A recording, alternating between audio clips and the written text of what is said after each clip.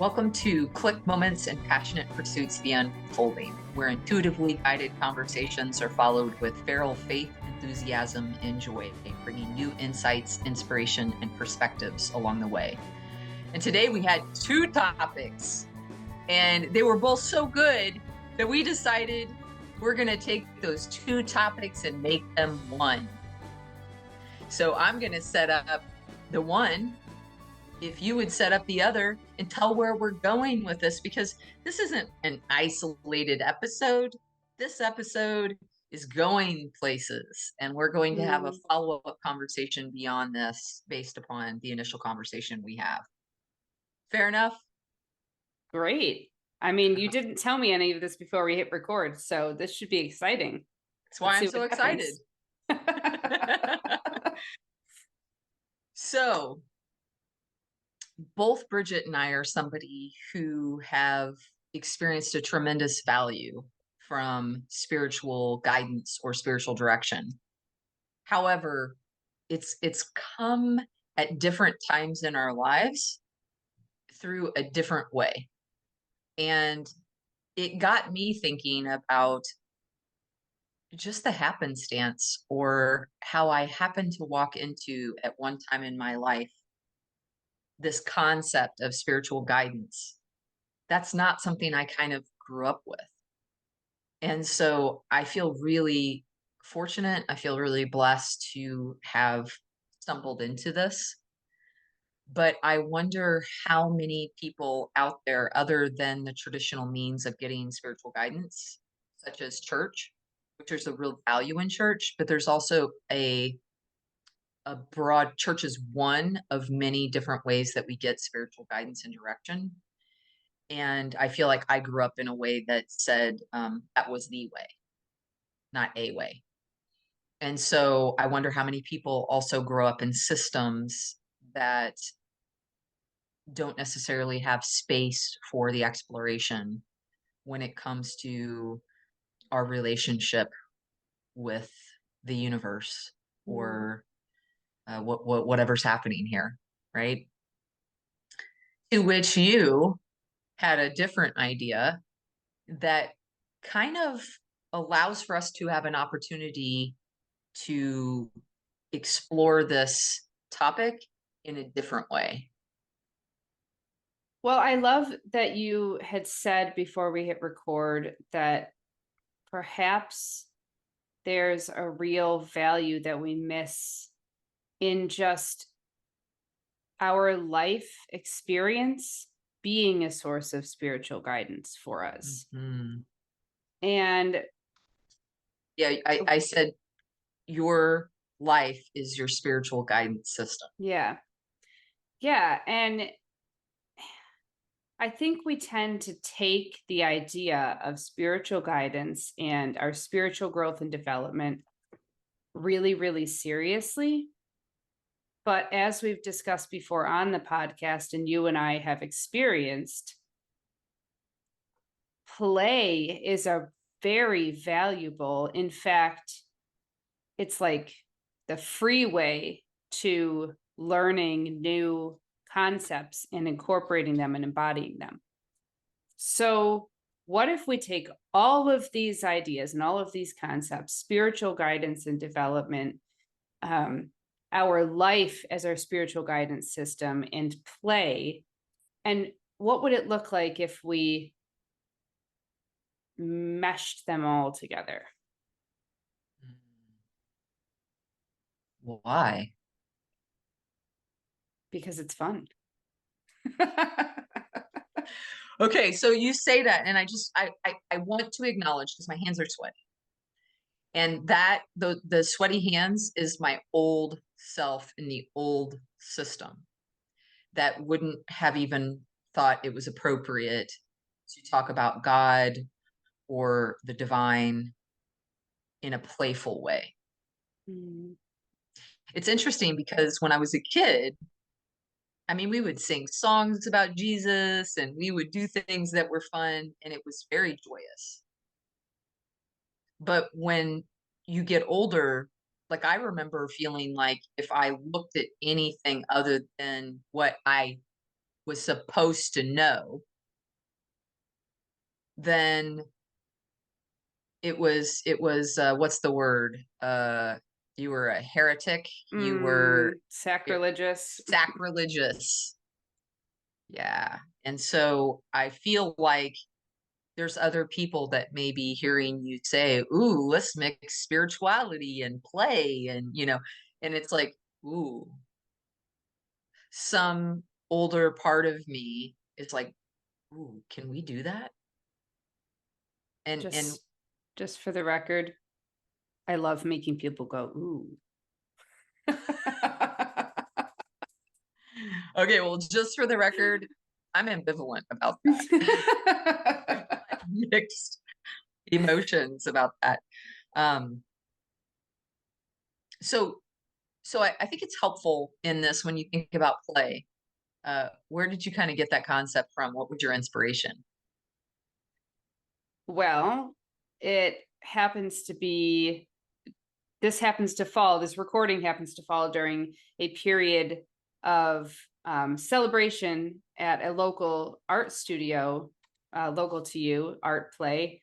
And they're doing I think it's called 100 Days of Play at Art Play. And so I've been following along with what they've been posting. And I thought, well, how fun would that be if we were to take this idea, this challenge that they're offering up, show us how play contributes to creativity in your life? Mm, What if we took that and we put our spiritual spin on it? And what would that look like? Like what could happen if we looked at spirituality and spiritual development through a lens of play and creativity? mm. Yeah, I like that. And even though, that challenge is something that's firmly implanted in this creative community, the artistic community, the River Arts District of Asheville, I love how you're talking about bringing over number one. We know that play is the quickest way that we remember new material and how we encode it more quickly. Number two, that you're allowing for space for creativity in a spiritual life. And I say that because in my background, God's the creator. Mm. And at best, I'm a kind of a little weak co-creator, right? But what I've learned is that I'm a capital C creator. And I didn't know that, right? Mhm. So I love the idea of putting together creativity and play and spirituality in this space because knowing how the universe or my beliefs are about the universe is that when you're on these higher frequencies like love and joy and peace, which presumably play would be on those higher frequencies also, Mm. then that's a cosmic frequency. That's a divine frequency, right? So it makes sense that and certainly I'm thinking about that's not the church that I grew up in. It was very Mhm. stoic, but yet I think about some cultural church, like churches in different cultures are very playful and festive and exuberant, you know? Mhm. So I love that you're combining this. So what exercise are you suggesting that we do and what would this look like Well, if we were to I play? think you came up with the exercise, Oh, I actually. did. You did. Yeah. You Oh, said, what oh. exercise do you have in mind? And I said, well, I was hoping that you would have something in mind, which you did. So it was Mm. actually your idea. Oh, okay. Well, cool. Would you like me to set it up then? I love it. So what I was thinking was that I'm wondering if I were to draw an image, if I were to think about what does spirituality look to me like when I was a child? Mm, What did spirituality look like? What would I draw? And mm, then how would I describe my spiritual life now? I wanted to mm, see the contrast because you talk a lot about contrast and mhm, how beautiful an opportunity contrast is. So I wanted to see, like, I know what the me was back then looked like, but I think that being the me I am now, I would be interested in how I would draw my spiritual life back then and how I would draw it now. Yeah, I am fascinated by this. And I'm also fascinated by the opportunity that this affords us to see maybe if the web works in real time too, because we have not discussed at all what these images might look like. So, what I had Mm, proposed was for us to set this up, tee it up, and then pause this recording and take time lapses of us as we create these images so that every one of our listeners and viewers gets an opportunity to see that. And listeners, feel free to go over to YouTube and actually view this full video, and then come back and show it to each other and debrief. mhm. Beautiful. And I love because what I presume may happen, and who knows, um, is that is a conduit for this discussion of what kind of the evolution of spirituality, right? Mhm, In mhm, one's life. I think it's, obviously not throughout my entire life, but up to now, right? It gives us an opportunity to, I think, talk about what we were originally born into and took on, which, by the way, I will say is a beautiful thing and I'm so grateful for. mhm. And I kind of get choked up about it. Like, I think about my spiritual community growing up, and they were such an instrumental part of my life. And as is now, my spiritual community now is such a um, instrumental to my happiness to have this spiritual community, but it just looks different. So I'll be excited to see what this looks like. So thanks for the opportunity, and thanks to Art Play for giving this challenge and allowing for all of us the opportunity to create and play and challenge us to integrate that in whatever way that looks like, given who we are in our lives. All right. I'll see you back Okay, here. see you back here.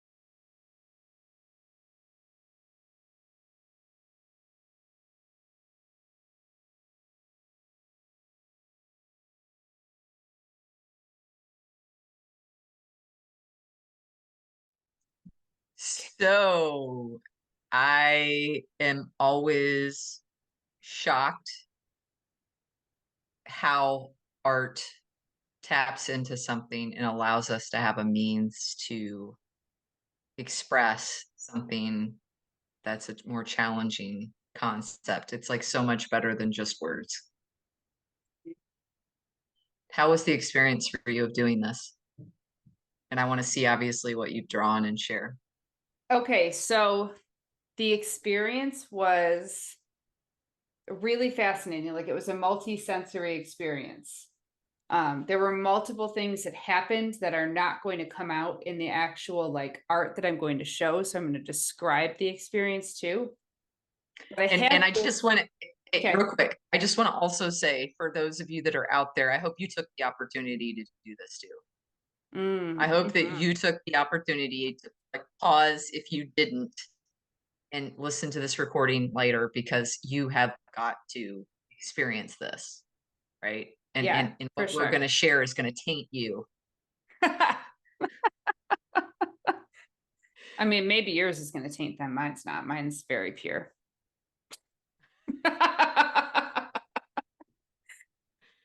Well, mine will influence you. It may not taint you, but Yes. it will influence you. Okay. Okay. What do you got? So I had a picture in my head of what I wanted to express, and I was trying to come up with the best way to do this. And the materials that I ended up gathering were very intentional.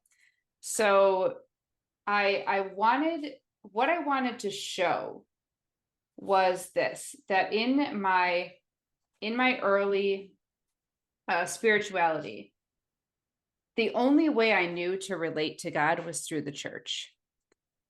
And so I wanted to show that anything that I saw was always through some sort of filter.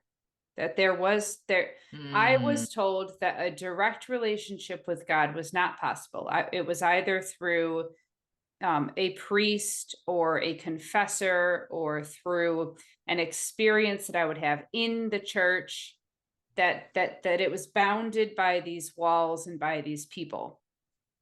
And so it was really important for me to show something that was actually physically coming in between that relationship.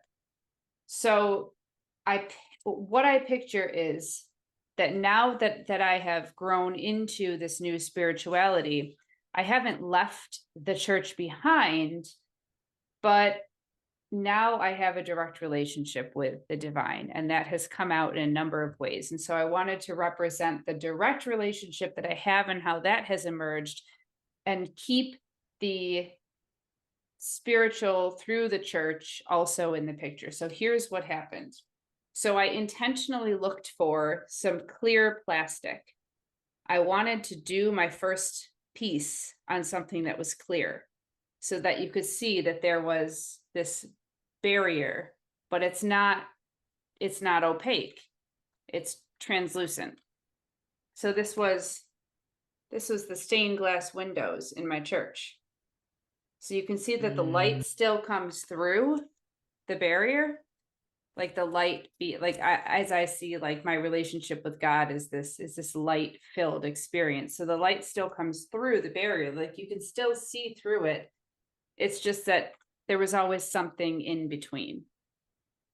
And then I kind of intentionally made that go over my second piece.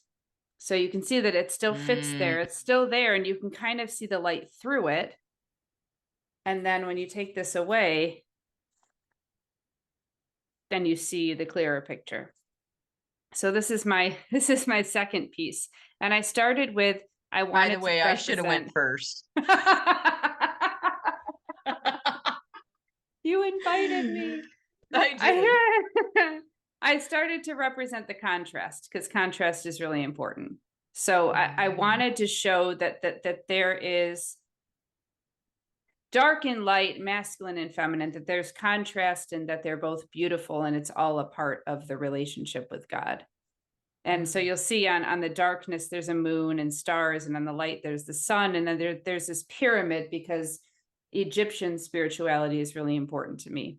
But also the mm, pyramid serves as a prism, and when the light hits the prism, so it's coming from down here, the light's hitting the prism and it's breaking off into all of its colors. So it's like it's mm, important to show that there's everything is encompassed within this relationship.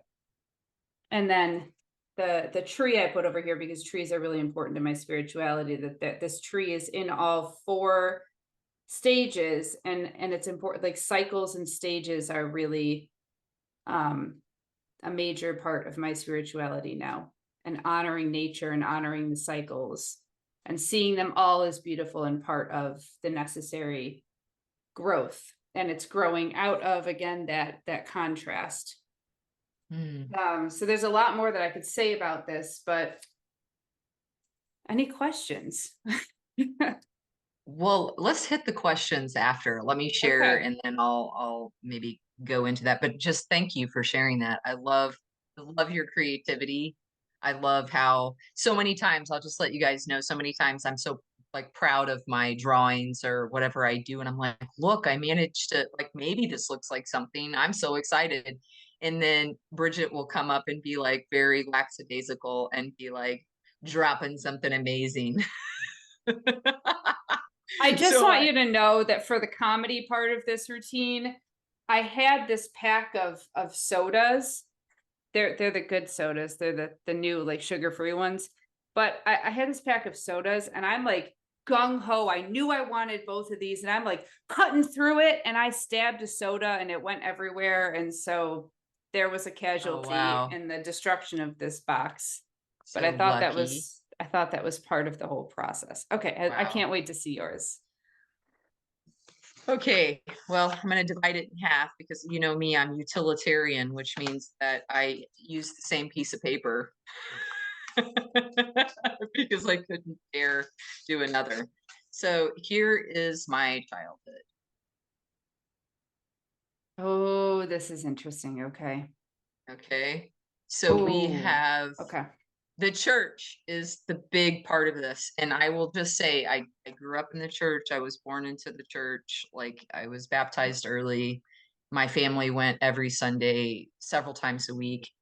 And I love the people in my congregation in my church. They were a very important part of my community, and we were all taking in the same thing.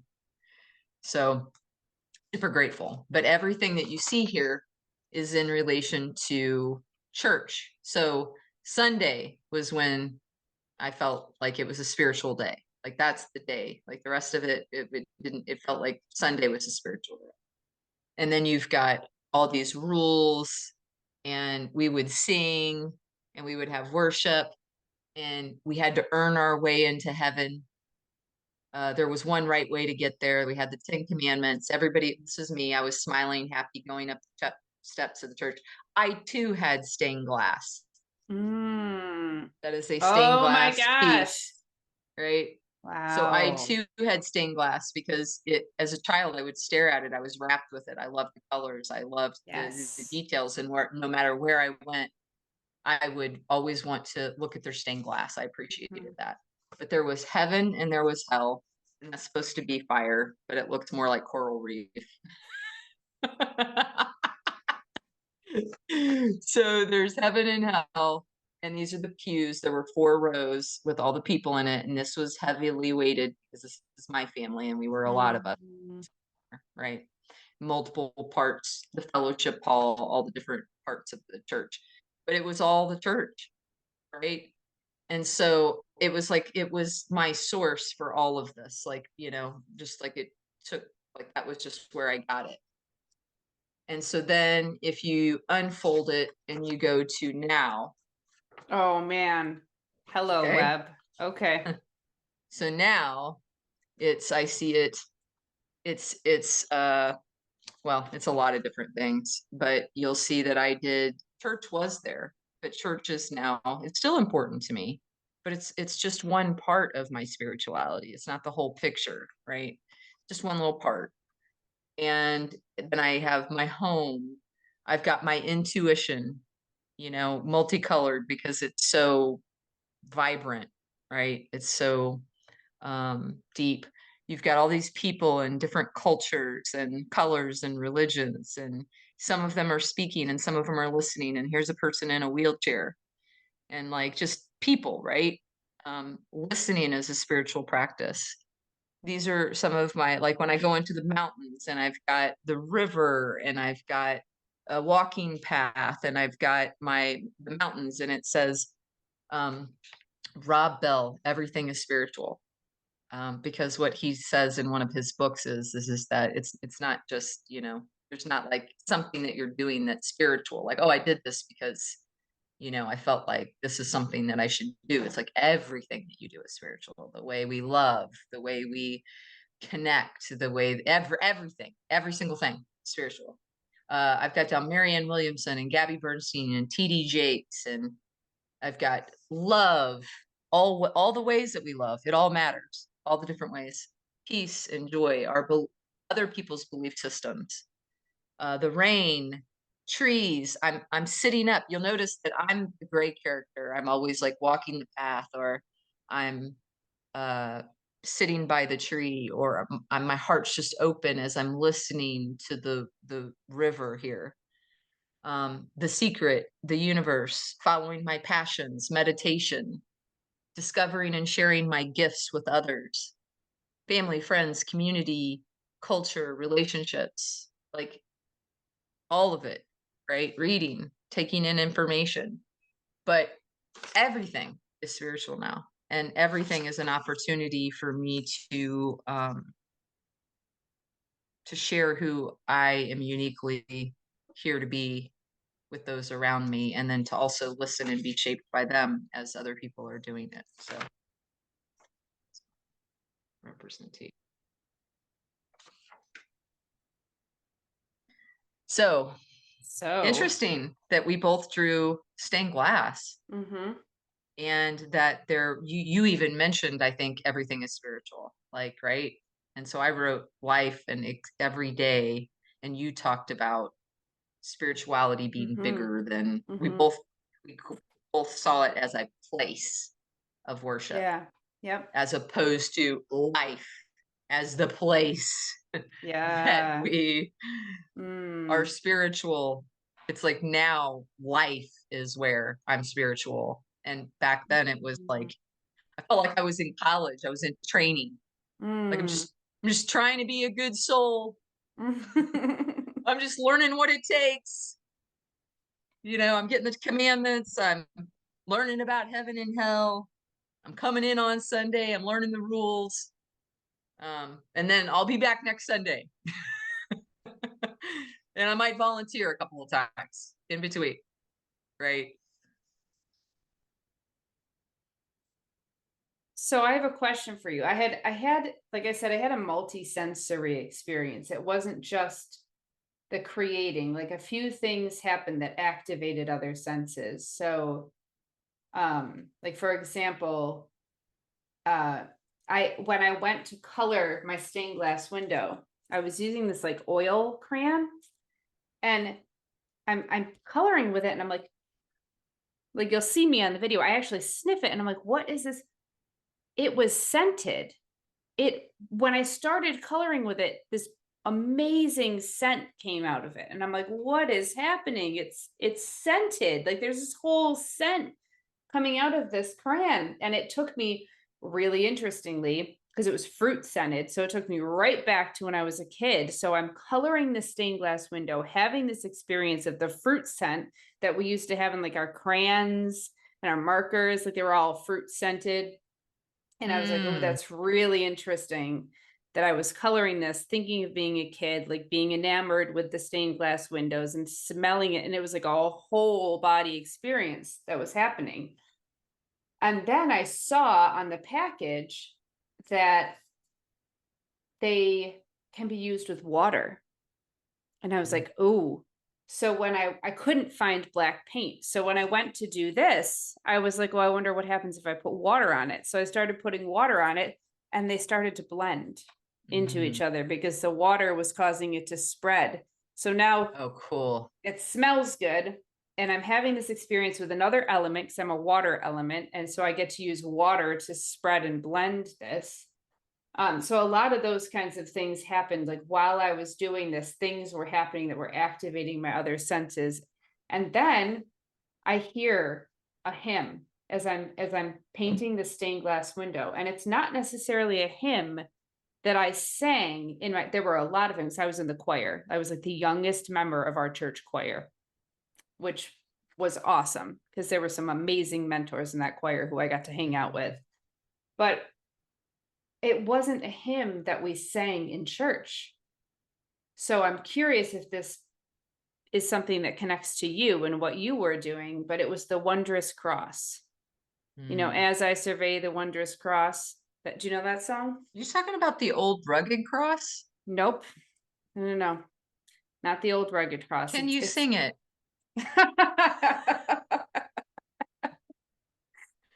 um You got red. no. No. Hold on. Okay. Well, you want me to look it up? The Wondrous Cross. It's actually called When I Survey the Wondrous Cross. Yeah. It wasn't Oh, I see something it. that it wasn't Okay. something that I listened to or sang.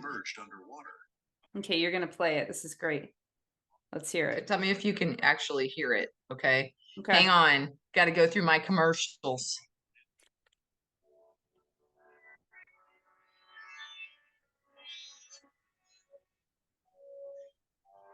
Can you hear it? I don't know. It's like kind of weird. It's kind of muffly. Are there voices yet? On all my pride. Yeah, this is it. It. Forbidden love. Okay. Okay, I don't know. We're gonna have to put a reference to it in our recording. But Okay. anyway, it's very churchy. Yes, it's very churchy. Yes. I mean, a lot of thorns and blood and Yep. death. Yeah. Thorns and blood and death. Which, I mean, if you my poor figure on this window ended up getting smudged with a lot of red paint. I think it's gorgeous. So how much you asking for that? I want it. Only if you hang it up in your window so you can see the light through it. Oh yeah. So the lyrics are, when I survey the wondrous cross on which the Prince of Glory died, my richest gain I count but loss and pour contempt on all my pride. Anyway, it keeps going, but it is quite churchy. Yeah, because it's like Shakespearean. It's like you can't understand it. Like you got to break that down. Like if you would have said, like, it could be like, yeah, the cross is a wonder. Like it could have been like that. Like it could have been like, you could have said something simple. Yeah. And who knows? It's going to take us 20 minutes to figure out what it said. Unless you're written Bridget in Querns. The 1690s, I think. Okay. Or early 1700s. So it's old. Okay, so what you got with that? Like what that came up to you? So yeah, so that came up as I was doing this, and I was like, well, that's interesting. I wonder why that. Well, I do think the cross is a wondrous thing. And yours has I drew it cross, in that, and I also drew it in my little bitty church. Because the symbol of what it means is always going to be important to me. Like the cross itself as a image is always going to be something that makes me happy. Right.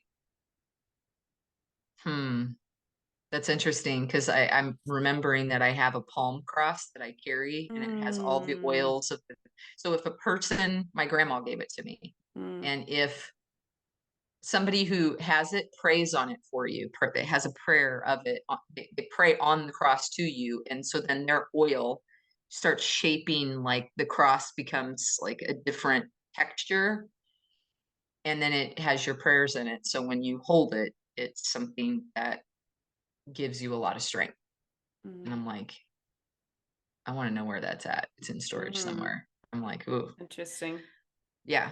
But I like how we're both drawing images that really show that direct communication that we have with whatever spirit, like whatever our belief systems are. We both have this direct communication. So like now, when I go to church, if I were to do that, I would actually take in the information and I would do something with it. I would take that message and apply it to my life in some way or potentially change so that I could apply it outside of myself, whether it's through kindness or however in my interactions with people. But you'll notice on my list, it was meditation and it was listening to the wind and it was listening to my intuition and getting by trees and climbing to a mountaintop and the sun. It's all of these ways that when we're silent, that we have an opportunity in that silence to tap into that internal communication system, which is our two-way communication system with the divine, right? So that we can hear, but it's almost through the silence that we can hear. So church and even talking to other people about their beliefs and even reading, these are all taking in to then process independently on my own to decide what my beliefs are and to almost like fact check it with the universe. Mm, Say, hey, I heard this today. What do you think? mm-hmm. But it's like everything, it's not certain just because it's in a book. It's not certain just because I heard it at church. It's not certain because somebody told it to me. But it's like I go directly to source with the information and say, what do we think at this juncture of our life, given who we are? Mm-hmm. You go ahead. I gotta plug in.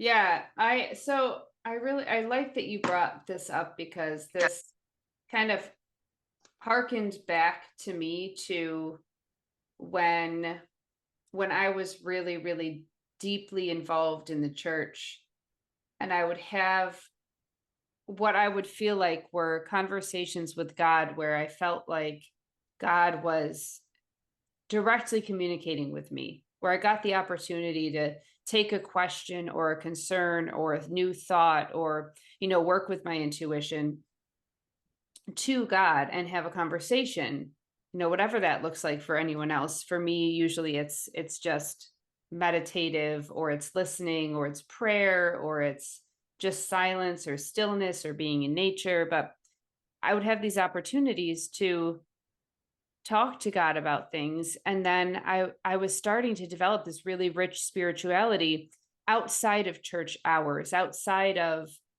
just the books that were prescribed for me to read. And I remember telling someone who I trusted, who I really trusted and was really good friends with, about this new like understanding that I had. I was so excited and I felt like it enriched my life, and it brought like new color to the way that I saw the world. And they said, "Well, have you checked with what the Bible says about that?" And it and I was like, "Well, I just told you, like, God and I talked.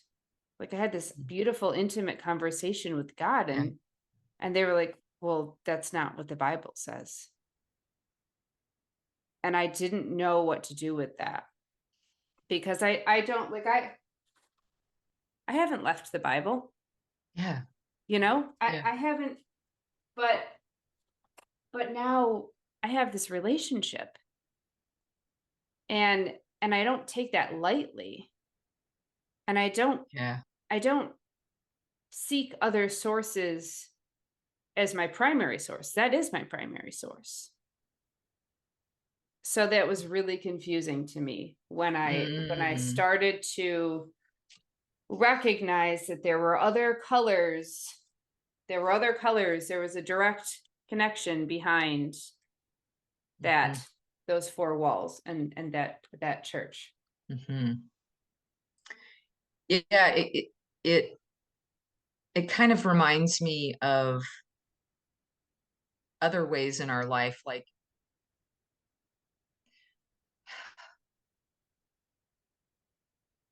what we learn early in life. Like to me, it feels like it's like our religion and our spirituality is seen as a static thing. It's Mm, something that mhm, we learn it, and once we learn it and we take it in, then we just go deeper on the one thing, like the Bible, and that's it. And it's like anything. Like if in my field in counseling, if I were to learn the techniques but were to never use them or to grow and learn other techniques and how it might shift me, the overall belief in utilizing counseling for your healing still stands, but I don't do it the same way I did 25 years ago, right? And I feel like it's like that with like some of the things that I learned 25 years ago, of course it's changed because our understanding of counseling field has changed in 25 years. And I think sometimes I feel like, gosh, what an insult to God to think that we have it all figured out and that he's that simple. Like that the universe is that simple. It's a person. it looks like our dominant culture, so we're nailing it. There's like we've got the 10 commandments. We're giving you the Cliff Notes version. We want you to like, we're going to make it really simple for you.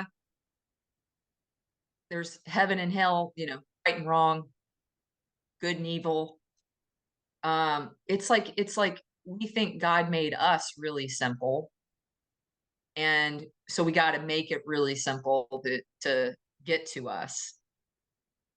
And by the way, he made us broken so that we Mhm. can find our way simply back, Mhm. right? And so now I'm like, wait, my goodness, that information that I got, that fundamental information saved my life many times along the way. I'm so grateful for it. When I was 16 and I broke my neck and I didn't have anybody else in the waiting room, when I was going through surgery, God was there. Like the universe was absolutely who I went to because I believed and held tightly and was so grateful for that relationship. But my conversation with God in that moment was very, I'm not worthy. I'll do anything to not be paralyzed. I'll do, like the kinds of things I was saying suggested that I had to prove my worth. And when I look at now and I'm struggling and I'm hurting and I don't know what to do and I'm scared, I come to God a different version of me to where I know that I absolutely, like, I can ask for and receive support and guidance. But the reason why God isn't visible here is because whatever's happening in the universe knows that I can hear and I've got all I need, but I can do this. Like I am worthy. I'm so worthy that I have like a constant telephone inside of me that the universe was like, you're all worthy and you all get to have direct conversations with me. And so now it's like I'm presuming my worth, and I know that it's my way of observing the world and what's happening, that I'm not, nothing's being done unto me, but that I'm constantly supplied. But there's a ton of resources that I can access. And it's kind of like having like a feast on a table and being like, but you can only have the applesauce. I love this image. You know, you can only have the applesauce, but there's all kinds of food, but you can't have it. And it's like, wait, you know, like, so there's something, it feels inadequate. I feel like you and I talked about this with something else earlier today. I feel really inadequate to try to give words to the difference in my orientation to the universe, but I feel like the universe is counting on me to figure out my, like, to create a calling or to create something that contributes to the larger Mm. good. But I also feel like the universe is like, but you're doing the best you can, kid. And I love watching you.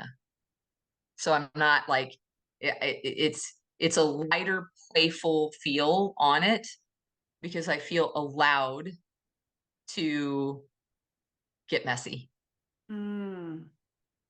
That's what playing is. You just kind of get met, like I even in the did get art. messy, by the way. I was I just know. noticing that I'm messy. Yeah, can't get that off. But there's something too, I don't have to be perfect. I don't have to act like I've got it all together. I don't have to pretend to everybody else. It's not even about anybody else. Mhm. That we're all here, like Ram Dass says, we're all just walking each other home, Mhm. right? And so there's no competition. There's not so many spots. Um, but we all have this rich opportunity to try to like share and figure out some things together. And but it's not so much pressure. Like I know where I'm going. I know where I'm at. I'm already there, you know? And so it just continues to evolve my involvement with the divine, but I don't have to prove my worth and I don't have to get it right. There is no right, and I'm already worthy. And that's for everybody, right? Yeah, I don't know. It's just it's a different. I felt I couldn't, like, I started right away on the childhood drawing. I paused and just settled in the peace of the now with a blank piece of paper, and I was like, where do I even begin? Mm. Like, I just got really choked up. I was like, where do I even begin to try to describe that?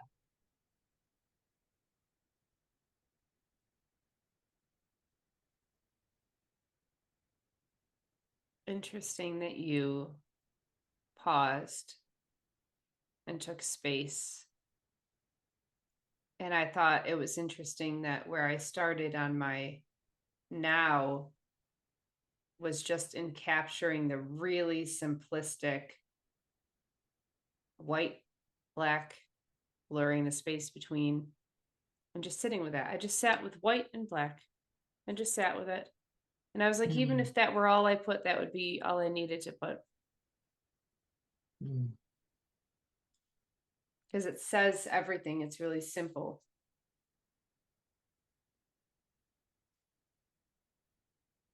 Isn't that what who is it? Da Vinci says is simplicity is sophistication, the ultimate sophistication. Yeah. And we had this conversation earlier today that simplicity allows so much more space and expansiveness for someone to make meaning. Mhm.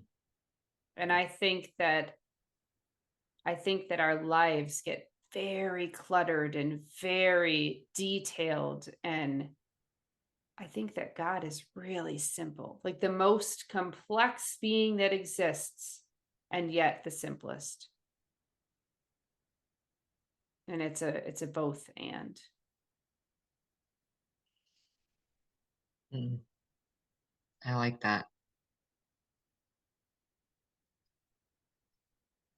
So kind of the last thoughts for me on this are around I love how vast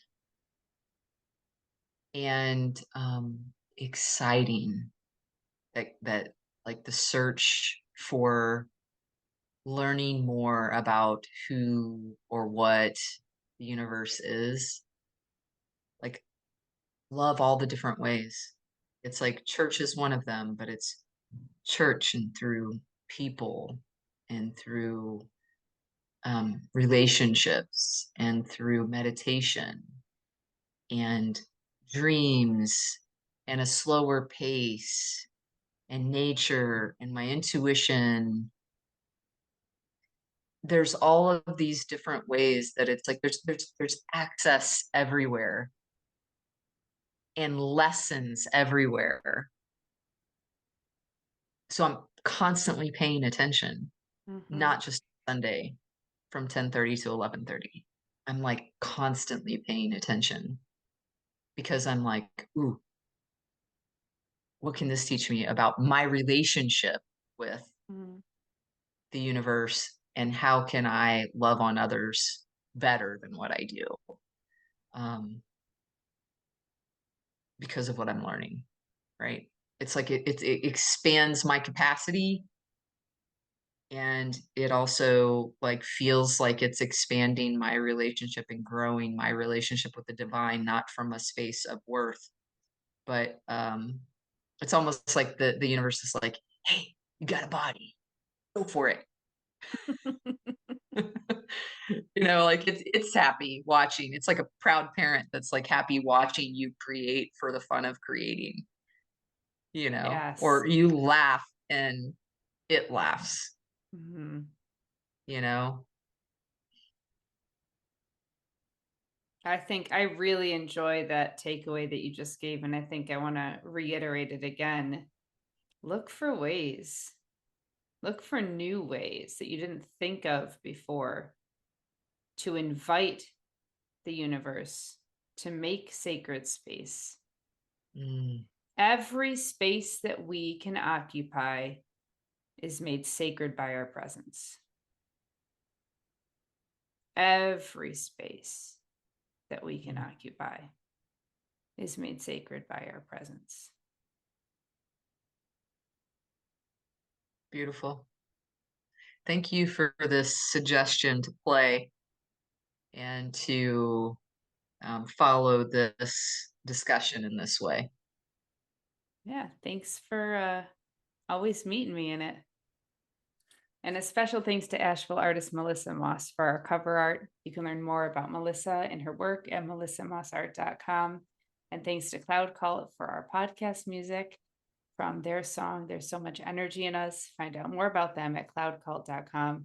And to all of our listeners and viewers, we invite you, if you have not yet, to come on over to YouTube and view the experience that we just had today.